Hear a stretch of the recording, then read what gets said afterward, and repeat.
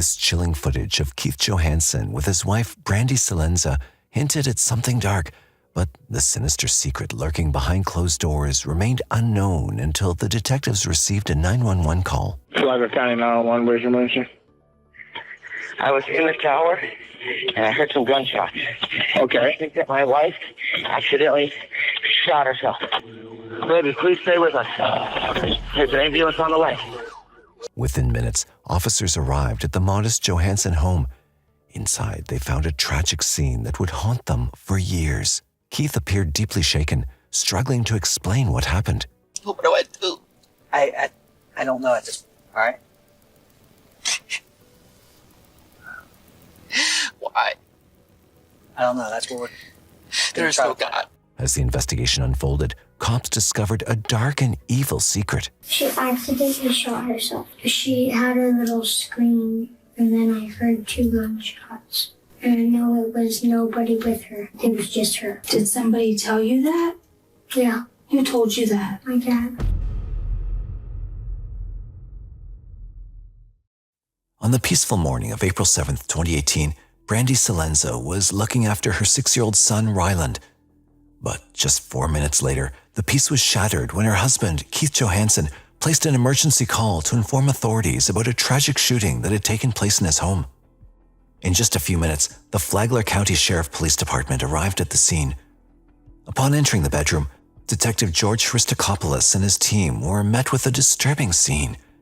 Brandy Salenza's lifeless body lay next to the bed with 2 bullet holes in her chest, resulting in her unfortunate death right at the scene.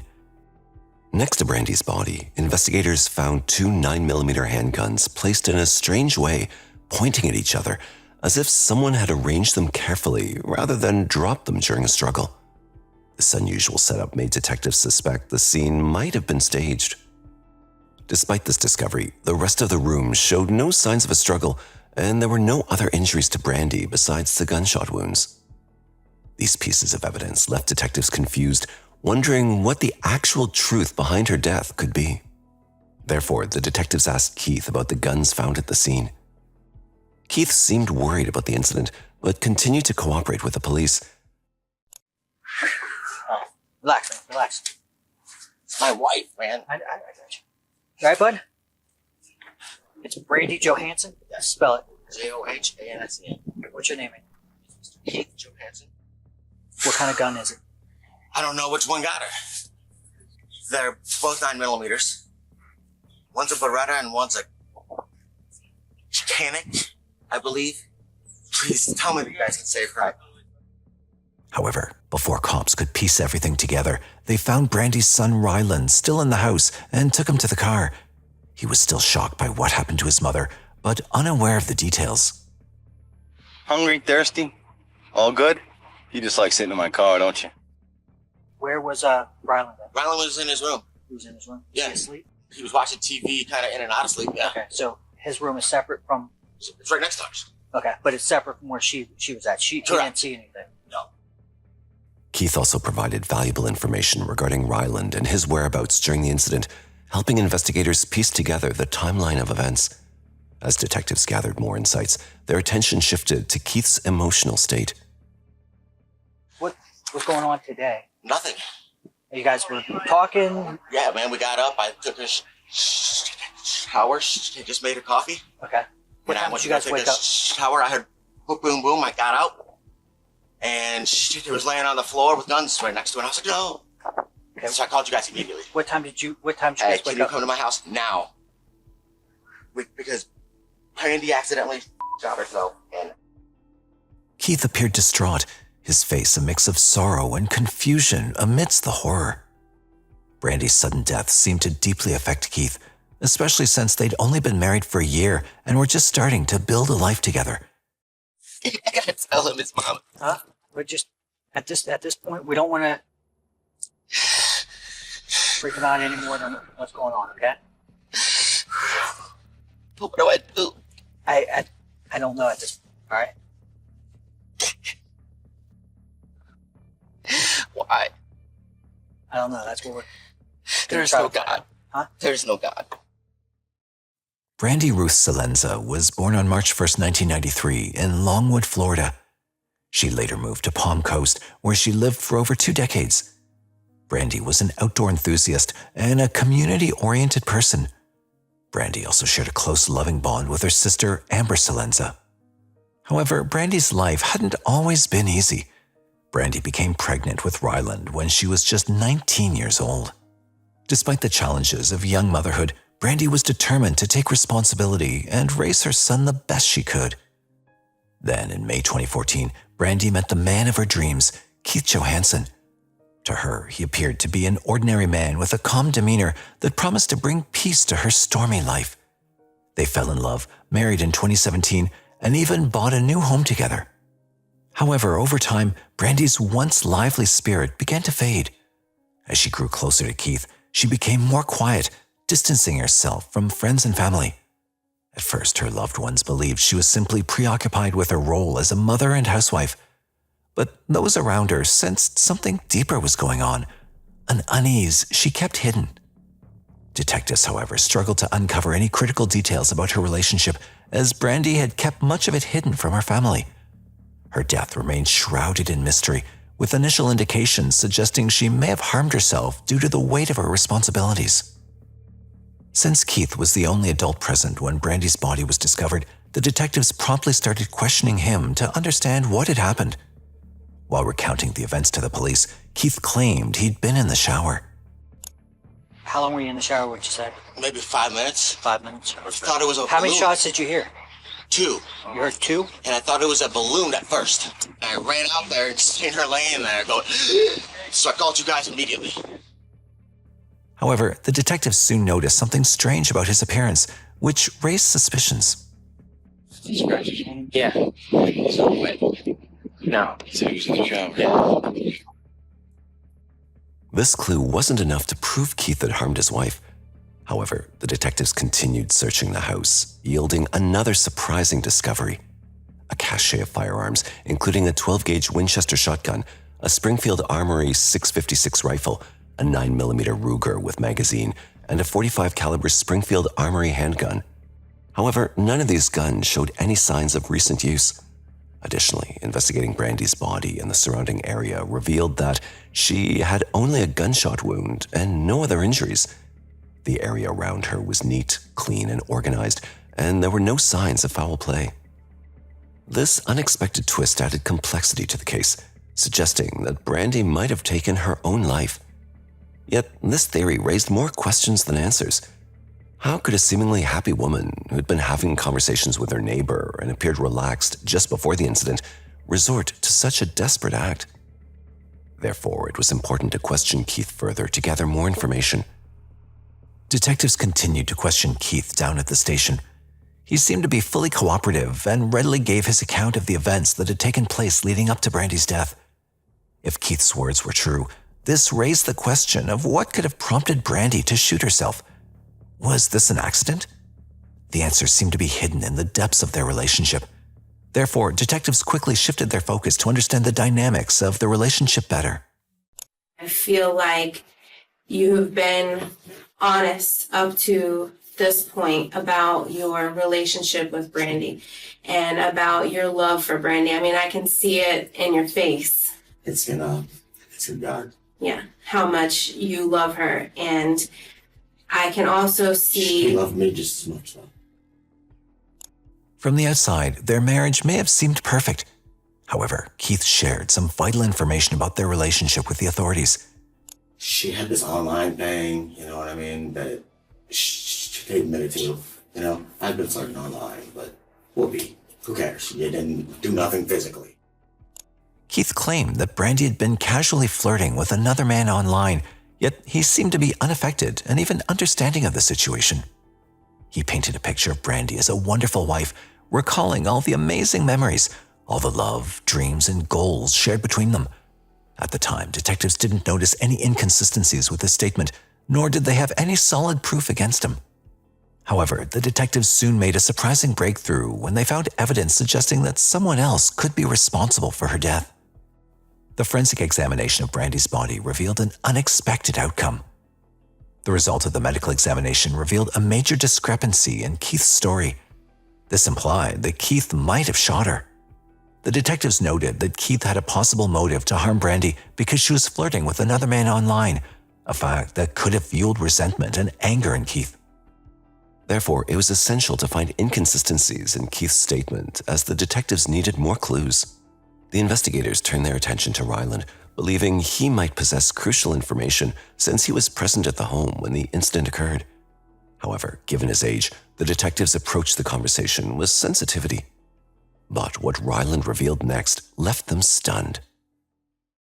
When my mom went to she went to the hospital. Oh, tell me about that. My dad was in the shower, my mom was in her bedroom, and she accidentally shot herself. She had a little scream, and then I heard 2 gunshots. And I know it was nobody with her. It was just her. Did somebody tell you that? Yeah, Who told you that? my dad. Your dad told you that nobody was with her, it was just her? Yeah, in her bedroom. Thank you for telling me that. What else did you hear? I know you said you heard a little scream. Yeah, How did you feel when you heard Mommy scream? I felt sad. Ryland's words sent a chill through the investigators. He told them that he'd heard Brandy shouting before the sound of 2 gunshots echoed through the house. This new information raised a disturbing question. Why would Brandy have shouted before allegedly shooting herself? The scenario seemed increasingly unlikely, and the investigators' suspicions began to shift. The detectives immediately brought Keith in for questioning again. They wanted to check if his story matched what Ryland had just told them. I think that we're at the point of where we need to have a little bit of a harder conversation. Okay. Because as much as I want to believe that the guns fell and went off and shot her, what we have at the scene just doesn't show that. This is your opportunity to help yourself and to lay it all out for us, because there's a backstory. This isn't the story. This is the story. And I'll get a lawyer and I will prove that this is the real story. Okay. And you are completely entitled to that. Ask Ryland. I mean, that's all that happened. We did ask him. Okay. And you know what he told us? Do you want to know? Yeah, because I wasn't up. He told us that he heard his mom scream. I heard no screams at all. None. Why would he make that up? Ask him. Is he a liar? He has been known to tell fibs, yes. Does he tell you on the regular that his mom screams in the bedroom? No. Has he ever told you that his mom screams and it was a lie? No, not screaming, but he lies about a bunch of other different things. You can ask his real father, and he'll tell you that too. So why on this date would he lie about his mom screaming in the bedroom? You guys can try to pin whatever you want on me. She didn't scream. Listen, dude, nobody's trying to pin anything on you. I'm just telling you what I heard, man. That's it. What I heard, what I seen. However, the investigators needed solid proof to back up their suspicions about Keith. To find it, they decided to conduct another thorough search of the residence, hoping to uncover any clues they might have missed initially. What they found next would change everything. Investigators thoroughly searched Brandy's house for clues, and that was when they stumbled upon a strange discovery that baffled everyone. What they found was shocking. Surveillance cameras hidden in almost every corner of the house. As detectives moved from room to room, a disturbing pattern began to emerge. The presence of these cameras hinted at something far beyond the typical marital strain. Instead, they painted a bleak picture of a woman who had lived under constant surveillance. It dawned on the detectives with chilling clarity, this wasn't merely monitoring, it was control. It was as if Keith needed to watch her every move.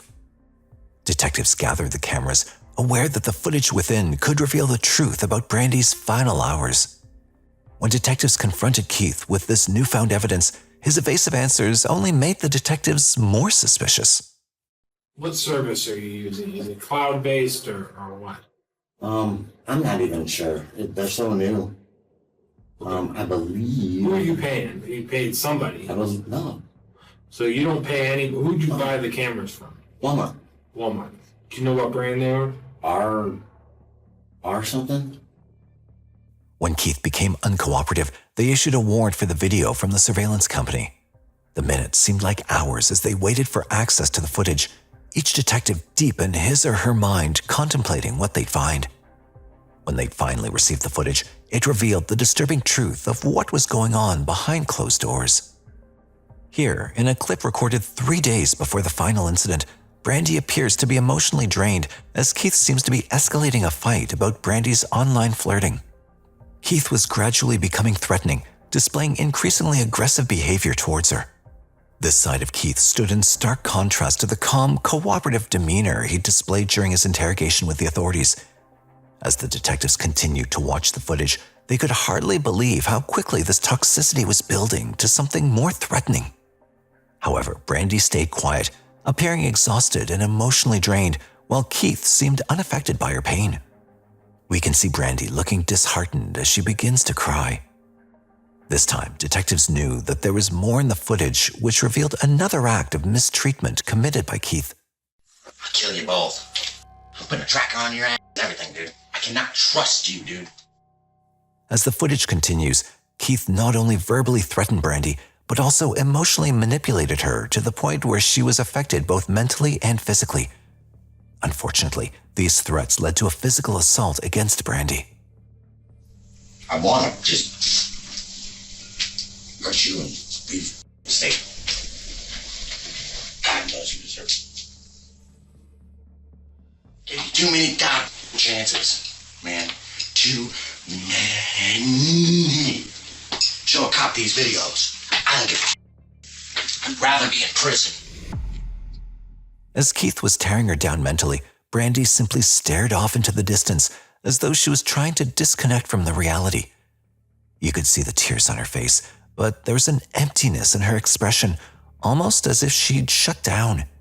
She seemed completely drained, with no energy left to react, just sitting there quietly, a testament to how exhausted and helpless she was feeling. Why? Sure.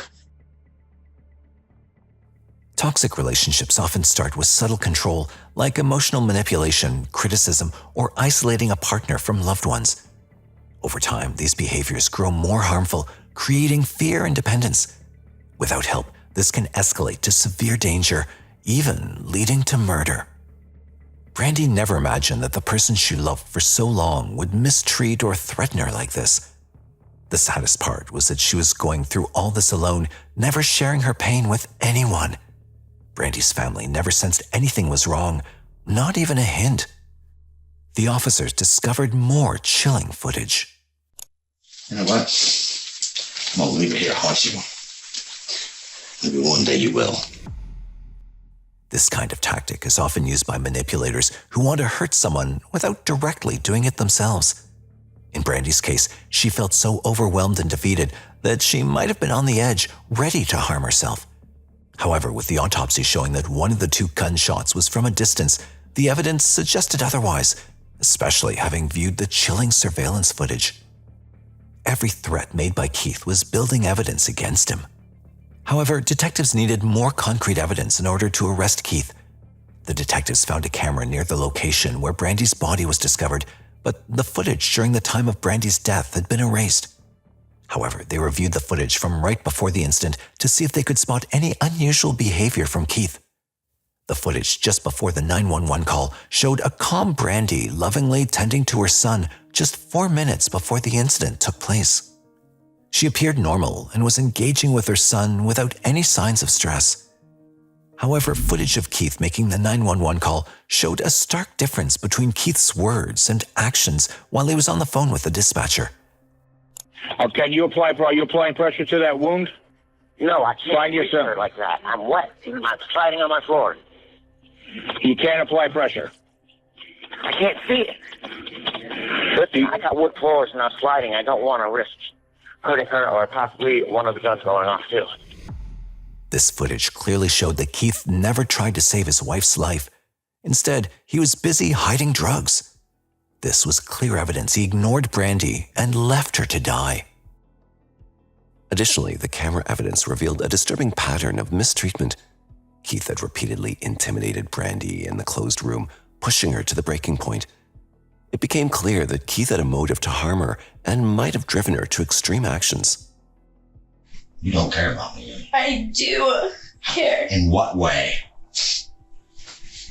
Yeah, you like me as a father figure, but you don't give a about me. Yes, I do. I'm gonna kill you and go back to jail. Make you take some sleeping pills and I'll cut off your quick. I'll go to jail for that. However, the gunshot wound suggested the same theory that the shot was fired from a distance, indicating that it was not a self-inflicted wound. This revelation implicated Keith in Brandy's death, pointing to a premeditated act rather than an accident. Further investigation into Keith's behavior exposed a history of obsessive possessiveness, revealing a volatile individual capable of harming Brandy at any moment if she failed to comply with his demands. When all the evidence was gathered, it became clear that Keith had significant control over Brandy's life. After discovering that she'd been flirting with someone else, his anger turned explosive, leading him to ultimately shoot her. In the case of Keith Johansen, the legal proceedings began 3 weeks after the tragic death of his wife, Brandy Salenza, when he was arrested and charged with murder. Initially, authorities charged him with second-degree murder, but the case escalated as more evidence came to light.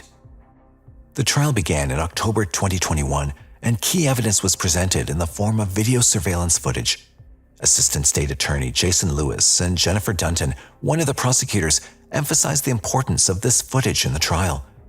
The jury's understanding of Keith's actions was further shaped by the CCTV footage, which ultimately played a significant role in finding him guilty of first-degree murder. Prosecutors presented it as a tragic example of how verbal abuse can turn deadly. The footage revealed that the conflict between Keith and Brandy had reached a breaking point, highlighting the gravity of the situation.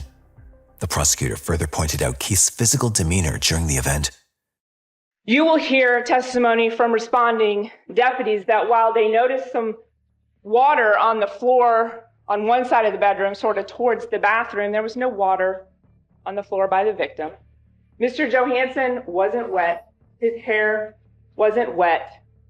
And the bathroom and the shower didn't look like a shower had just happened and someone rushed out in a hurry to assist. During the trial, Keith Johansen claimed that Brandy accidentally shot herself, even though she'd been shot twice. However, as the trial progressed, Keith shockingly changed his story and admitted that he was the one who shot Brandy. He claimed he acted in self-defense, stating that he heard Brandy call him in an urgent tone and found her holding a gun, insisting that he was not her husband and she was trying to shoot herself. According to Keith, he retrieved his gun and attempted to disarm her.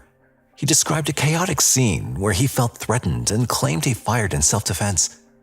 The prosecution challenged Keith's claims during cross-examination. Dunton pointed out the harsh words and threats he directed at Brandy in the past, highlighting that his behavior indicated a pattern of aggression. Well, I woke up and I went to the living room to retrieve my pants because I was thinking about him taking a shower. Then I pretty much was in the bathroom, took off my pants, getting ready to step into the shower, and I heard her say boo, which is the nickname that she uses for me. So I go out there, and she had a weapon in her hand. She said that I was not her husband and I was plastic, and I had walked forward to her, trying to disarm her, and, well, I had grabbed my gun, the one that was in the box. Okay. Mechanic? Yes, correct. Okay. Then I started walking towards her, trying to, say, hey, man, and trying to bark orders and for her to drop it and to disarm her.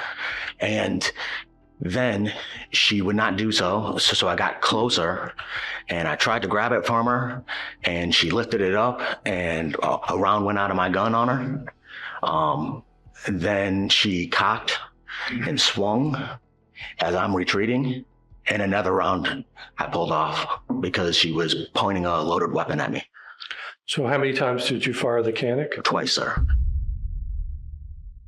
Another critical moment in the trial came when prosecutors played a video of Keith speaking to his father in a sheriff's office interview room. During this conversation, his father raised suspicions about the shooting, particularly noting that Brandy had been shot twice. Additionally, an audio recording from a jailhouse phone call made by Keith to his mother suggested that Brandy's young son might have shot her, a claim that was quickly dismissed by his mother. After deliberating for less than 3 hours, the jury reached a verdict. Keith Johansen was found guilty of first-degree murder. On October 28, 2024, he was sentenced to life in prison without the possibility of parole. The case of Keith Johansen highlights not only the legal ramifications of domestic violence, but also the devastating impact it can have on victims and their families. Brandy's death has left a void that can never be filled, leaving her young son without his mother and family members grappling with the heartbreak of her absence.